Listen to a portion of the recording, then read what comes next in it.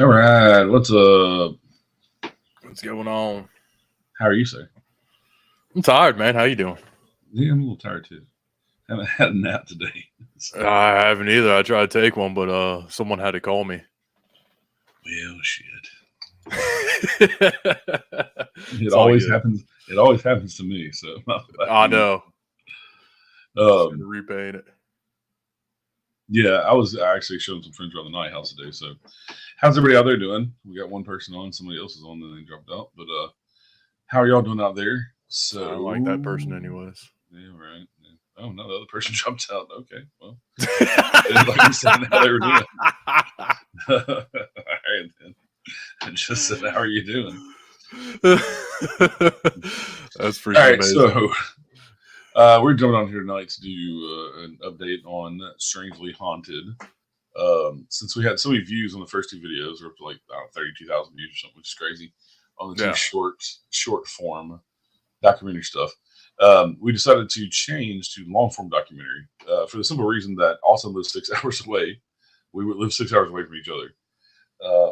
So it is hard for us to get together all the time to do these short documentaries, like an episodic, TV show.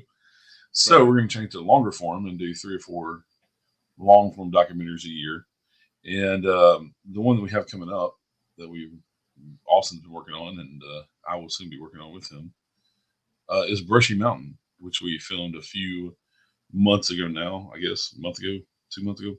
I have no idea. Yeah, I know. Time just smashes together. We've been filming other things too. Right. Also, we've both been very busy. You've been busy with work and other things, and I've been busy with the Night House, which anybody doesn't know. Me and my husband bought a 200-year-old historic house in Hopkinsville, Kentucky, and we're working on getting it open here, hopefully in the next month or so, for paranormal teams to rent it out and come in and investigate. Me and you've already filmed there, but we're going to do a big documentary on it. So we'll be filming a lot more there.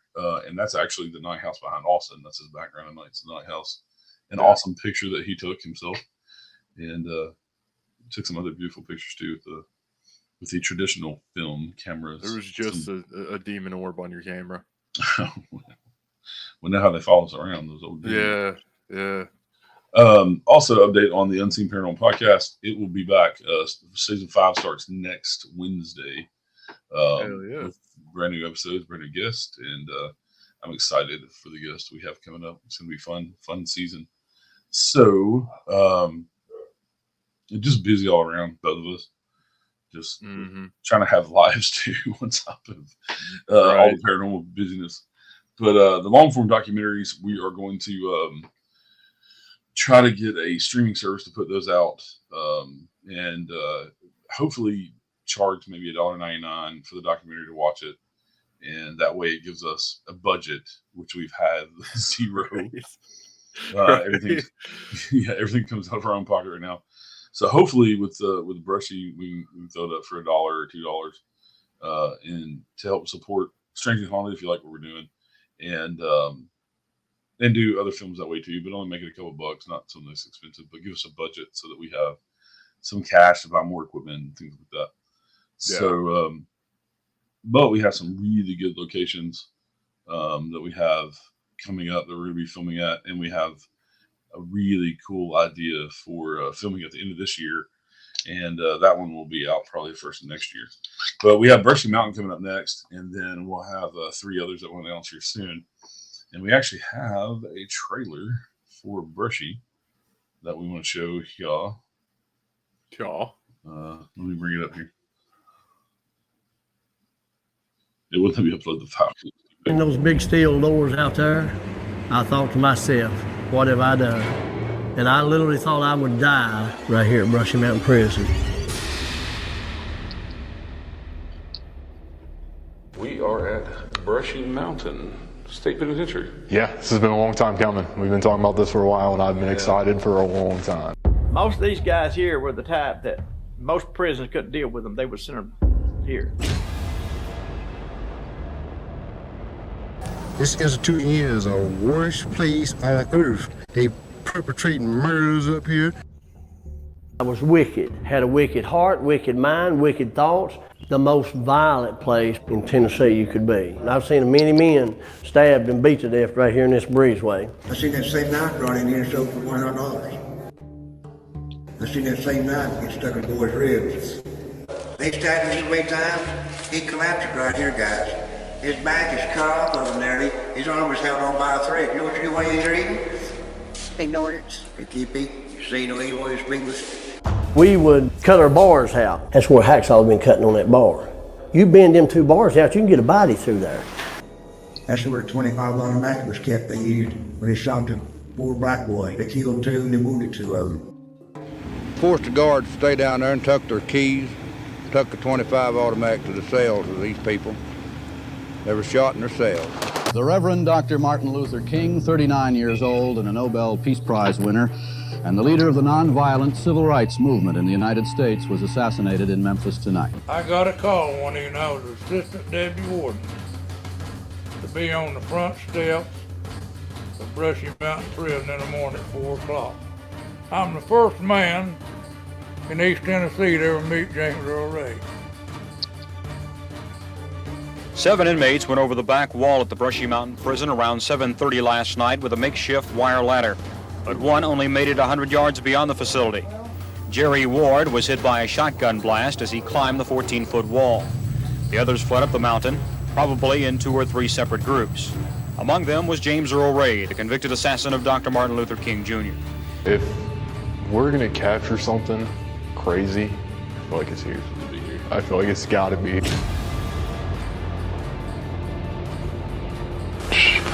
Sorry, I'm out of breath. It's like a weight on my chest right here. I know, I can barely, honestly barely stand here.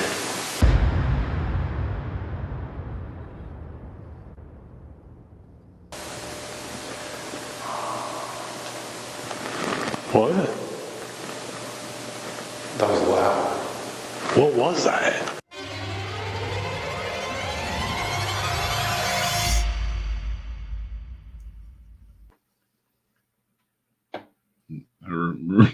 I love that. I didn't know I was going to pop back up there after I took that off the screen. Right. So that is the trailer for Brushy. Hell yeah, man. Good job on that, by the way. It's Oh, thank you. awesome. Thank you. We actually the intro that we did that you see us there talking about if we're going to catch anything crazy is going to be here. And so far what we've seen, it's fucking crazy. We caught one of the craziest pieces of video that I've ever seen. As far as, well, I'm not going to say video because it's something that happened. Yeah. And that's pretty crazy evidence. There's no explanation whatsoever that I could come up with to debunk it. And all of y'all know we're all about debunking and trying to, be straightforward with everything. And so, yeah.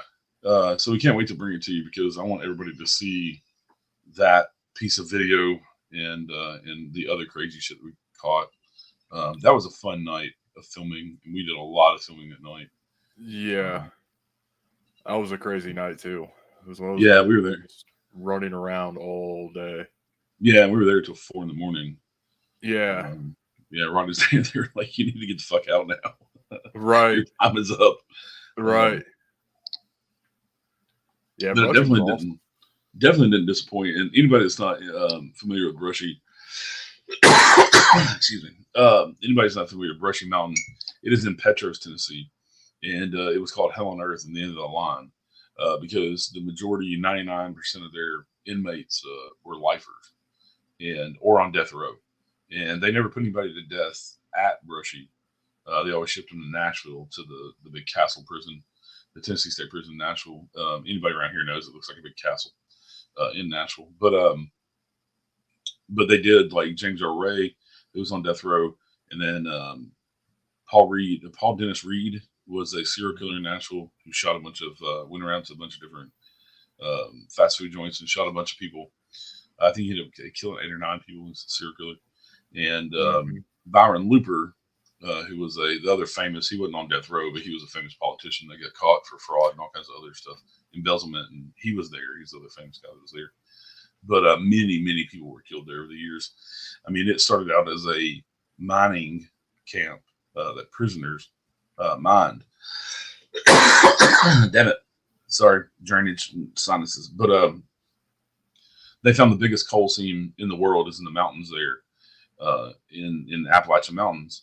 And this is definitely in the mountains. I mean, it's the Appalachian Mountains all around you, Smoky Mountains all around you. And they put it out there in a valley because it was the unescapable. And the only person one person successfully escaped for 7 days, and that was James Earl Ray. And they found him in the woods, almost dead of dehydration and starvation. Hey, Sin, thanks for joining us. Thanks, Ginger, for joining us. Appreciate y'all. Sin's here's a party now. But they didn't consider the other escapes successful because they caught most of the men right away. And James Earl Ray's the only one that got away for any length of time. There was another guy who stuffed himself into a really small cardboard box. He talked to cafeteria workers into stuffing him in a really small cardboard box and put him on a truck, I guess that delivered food. And they put him on the truck, and the truck left, and he got down the road a ways and hopped out of the back of the truck. And there was an off-duty police officer who was rabbit hunting who happened to see him, and he had a shotgun. So he caught the guy right then. So it was a successful escape. But yeah, lots of people murdered there. Lots of nasty, nasty murders like disembowel and beheadings and all kind of crazy stuff. They thought it'd be a good idea to put a movie theater in the 80s, and it only lasted a year because so many people got killed in the dark during the movies that they decided that was not a good idea. I think 80-something people got killed while the movie theater was in there. And so, but crazy place. Brushy Mountain it's an amazing place to investigate. I've been fortunate to go there twice in the past year, and just an amazing, incredible, visually amazing. As you saw, awesome B-roll there. And we'll if you didn't see that video, we'll post it after this up online on our social medias and the Strangely Haunted. But yeah, that's our 2 minute 30-second trailer for Brushy. And Brushy will be out in a few months. We're going to release it like a normal movie type documentary, like we were talking about. Charge 99 cents, $1.99. And that money just goes back into what we're doing. So we actually have a budget because everything's coming out of our pockets now, like I was saying before. And that'll give us kind of a budget for the next documentary. So we decided to go to full-length documentaries because we live so far apart. So what do you have to say about Brushy? Brushy was crazy, man. It was very strange how walking through the prison, a lot of the prison, it just you're fine. Then you get to one cell block and it's like, oh shit, it's just like you get punched in the face. Yeah, and you see a little bit of that in the trailer. I mean, there was one part that it took me 3 times just to get inside the cell block. I kept trying to approach him like, hold on. Yeah, I thought I was gonna have to push you. Yeah, I thought I was gonna have to push you through the door. Yeah, and then you got through and you were like, oh shit. I'm like, yeah. And that's where I was out of breath. And we hadn't even gone upstairs or anything. We just come from a cell block on the other side on the same floor.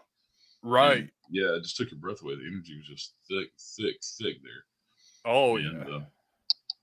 But yeah, they showed out for us that night for sure. Oh my God, yeah. I mean, we caught one of the best piece of evidence 45 seconds into our first investigation. We're like, okay, this is it's gonna set the tone for the night. All right. Right. Yeah. And then the other piece of video that I was talking about is just I can't wait for everybody to see that. And I can't wait to see what else we caught because we've still been going through a lot of the audio and the evidence and stuff. And so, but yeah, sure to be visually, it's stunning place. And hopefully I think we captured that with video. I think we did a good job of capturing that.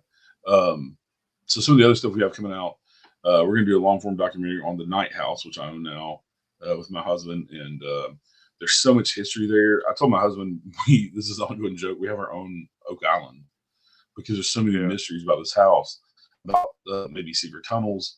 So we're going to have a friend of ours come out and do GPR to see if we can find those tunnels and lots of other mysteries of trying to dig into the history and stuff. So we want to do it the house justice, and we want to investigate multiple times and let some other teams in to investigate the house.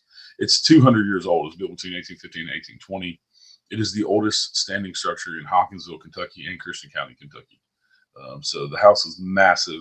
The pictures don't do it justice. When you walk up to it, it's way more impressive than in the pictures. It's over 5,000 square feet, and it's on almost 3 acres. So there's lots of other mysteries on the property that we've got to figure out too, with clearing off a lot of the property and all that stuff. Also got to see the house. We've been up there a lot in the past 2 months. Me and my husband have got to show it to some other friends. Sin has been there a few Saturdays ago. You got to see it just last week for the first time. What was your thoughts on the house? It's a really cool house. I mean, the owner is kind of a dick, but once you get past that, it's a really confusing, mind-boggling house with the worst set of stairs I've ever seen in my entire life. Yeah. Which I still don't understand what that was for.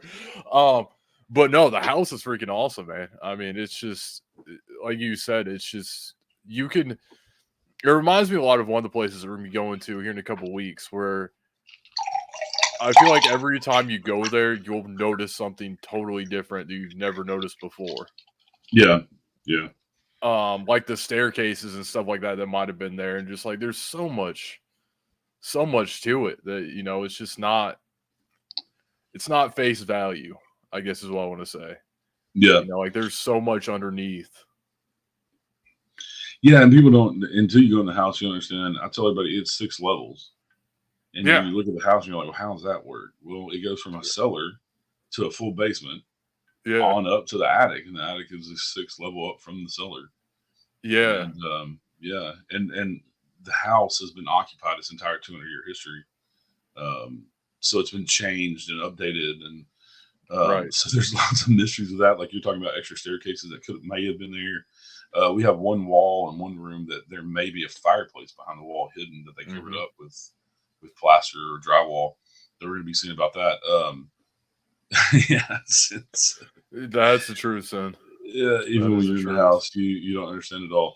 Yeah, it's taken me the 2 months that we've owned it to kind of wrap my head around the whole place, and kind of I know it inside out now. And I've probably been the one to spend the most time there.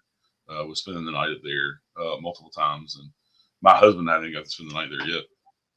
But Sin and her husband came and spent the night, and of course me and you spent a couple of nights up there filming and investigating. And I've got cameras up, and if anybody's seen on the Night House page or even on my page, I posted it. There's 2 pieces of video really cool that I've caught on the cameras there. One of them's this mist that we just can't explain.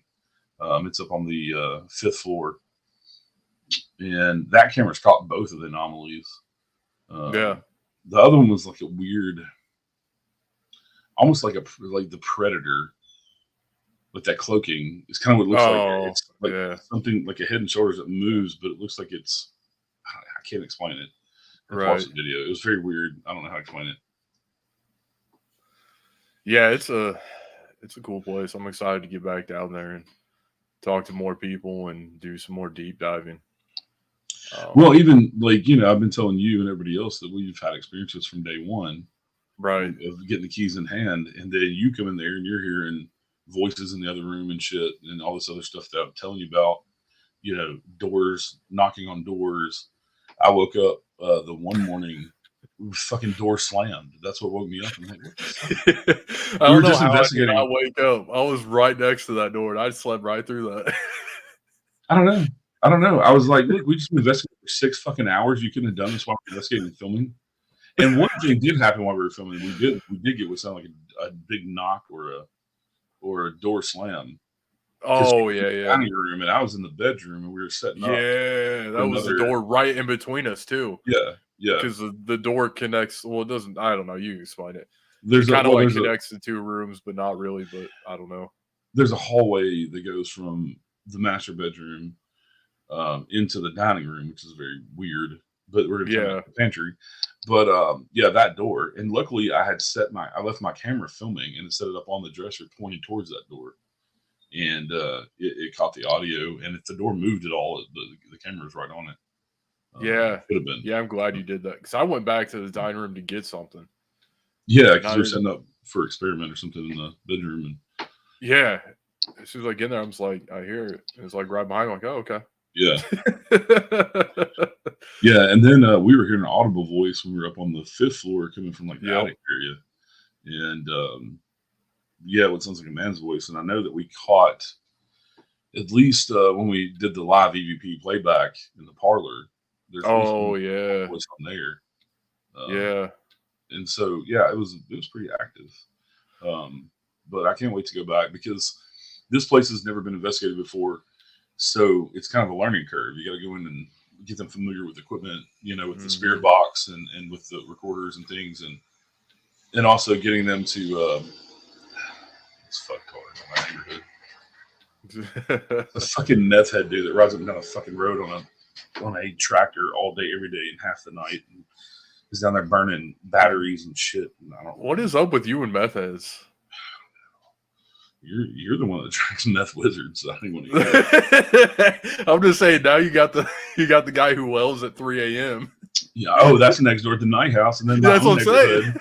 In this house, I got a meth head down the fucking street who's digging giant holes in his yard in the middle of the neighborhood, burning. Just trying to God find knows treasure, what. man. Burning God knows what. I know he's burning down there burning batteries, which is great for your health. Right. You know, and the city won't do a fucking thing about it. And then he drives this piece of shit dump truck around that has no tags on it. And the cops won't do anything. If I drive off the road with expired tags, I get a $300 fucking fine. But he can drive up and down the road in the loudest dump truck all day, every day, and all night, and the cops don't do anything. I have no idea. No, I don't know. Oh man, that's good stuff. That's good stuff. Anyway, yeah. Anyway, but that's I'll get off my soapbox. Right. But then and then Austin's right. We move up to the night house, and the neighbors on the one side are awesome. The neighbor on the other side is this hoarder dude who's methed out, and I try to have a brief conversation with him. It turns into 45 minutes just listening to ramble and tell me his life story. I'm like, look, I got to fucking go. I gotta go. Okay. I did find out some good information about the night house, that there may be a tunnel on over towards his side of the property. So I did glean some information from him. But yeah, he's still an old method. But anyway, people there is help out there. Go get it, please.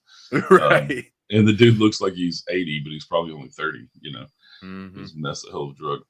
Anyway, back to the paranormal. So yeah, we had a good time at the night house. We're filming a lot more. There's a lot more mysteries uncovered on the property. Out under one of the buildings, there's another cellar with a stacked stone foundation that we don't even know what the hell it's for, because there's a cellar in the house. That we're going to get out there and kind of uncover it. And we're going to do more archaeological stuff since I've become an amateur archaeologist. Yeah, and a lot more stuff with the house. But and then I'm coming up your way into Indiana, northern Indiana.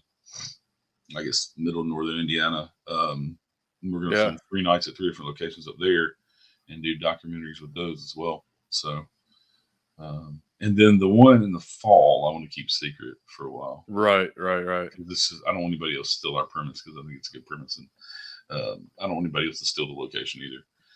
Right. Yeah, I don't want small town monsters coming here on my territory. We're gonna have a fucking territorial beef if they do. Then we're talking about Halloween, like the Crips and the Bloods, you know, back in the 90s. I'm gonna have some beef with I love small town monsters and I love the documentaries, but they've been in the stay off my fucking turf. Hey, we'll throw down if we have to. Yeah, then we get into Halloween in the fall, and I've got some cool things planned for the night house, and hopefully I'll be hitting the festival circuit too, the con circuit. Spots, with that, but with the unseen paranormal and all that good stuff. Now at the night house and Strangely Haunted, got a lot going on. Right. So, anybody have any questions about anything before we get off here?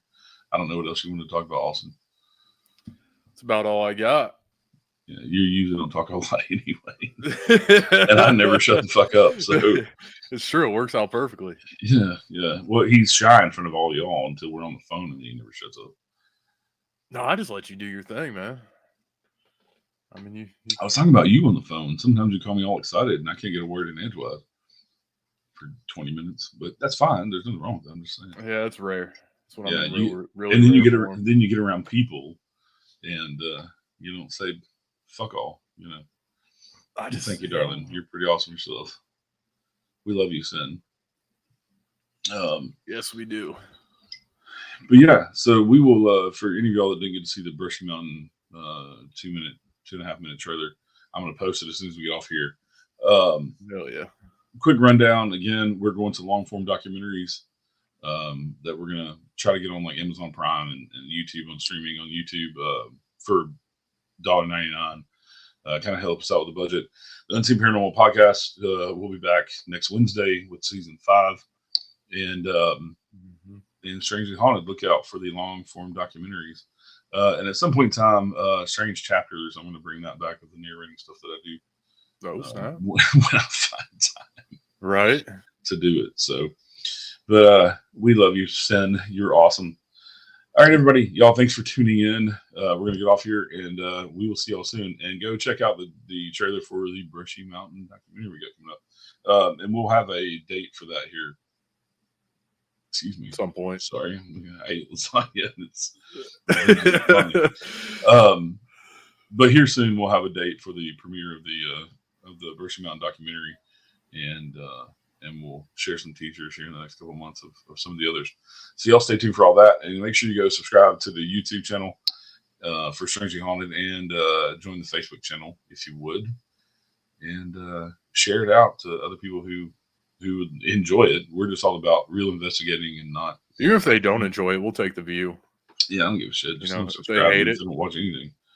Tell them to watch 10 seconds of the video. That's all I care about. Right. We get the view. Just leave a mean comment below. It's fine. We'll keep it up. Right. But, we're just all about real investigating and not a bunch of bullshit. And if we can debunk something and throw it out, then that's what we're going to do. Yeah. And also, try to entertain at the same time, try to educate about the history of places and all that, because we both think that a lot of that's important. And I think most investigators, and I think a lot of people are into the history, and we find that, the paranormal is a way to connect to that history. So anyway, thank y'all for tuning in, and we will not be strangers. We'll have to hop back on here more often, and definitely when the brushy documentary comes out, we'll jump on with some more teasers, and we'll throw out some more clips to tease. And we will have some merch coming soon for Strangely Haunted, and also we're going to have a movie poster for the documentary from here on out. We'll have like a movie style poster. So y'all have a good evening. We will see y'all later. See ya.